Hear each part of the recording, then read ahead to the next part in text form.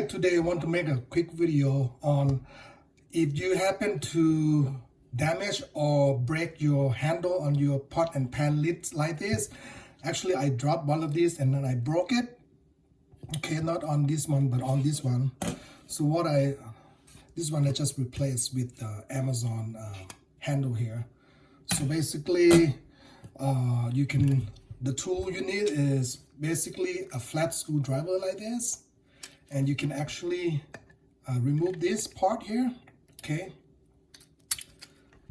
And you can move so. And then once it's come out loose, okay, then you basically, let me show you what happened. So so this part come off. Okay, it's pretty simple actually. Sorry about that.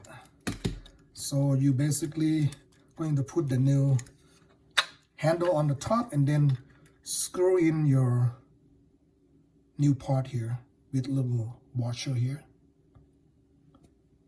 Okay, put it on through the hole and then.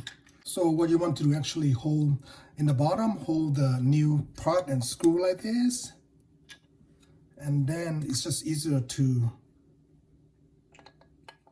put this in here like this, and then you can tighten it up instead of try to go from the bottom, you know what I mean? So do it from the top by hand and then just tighten it up right here.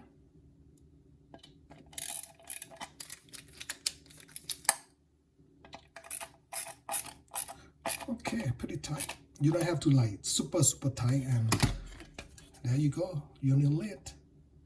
Thanks for watching. If this helps, basically you can save you money instead of, buying a new lid, which is going to be hard because I had this for many years, so probably not going to match. Basically, you have to replace it. And I think this is like $4, $5. And you really don't need to spend, $20, $30 or $40 or even $100. Get a new, a new pot and pan. You can keep your old pot and pan like this and save the money and the hassle. Pretty easy to do. Thanks for watching. We'll see you folks on the next video. Bye for now.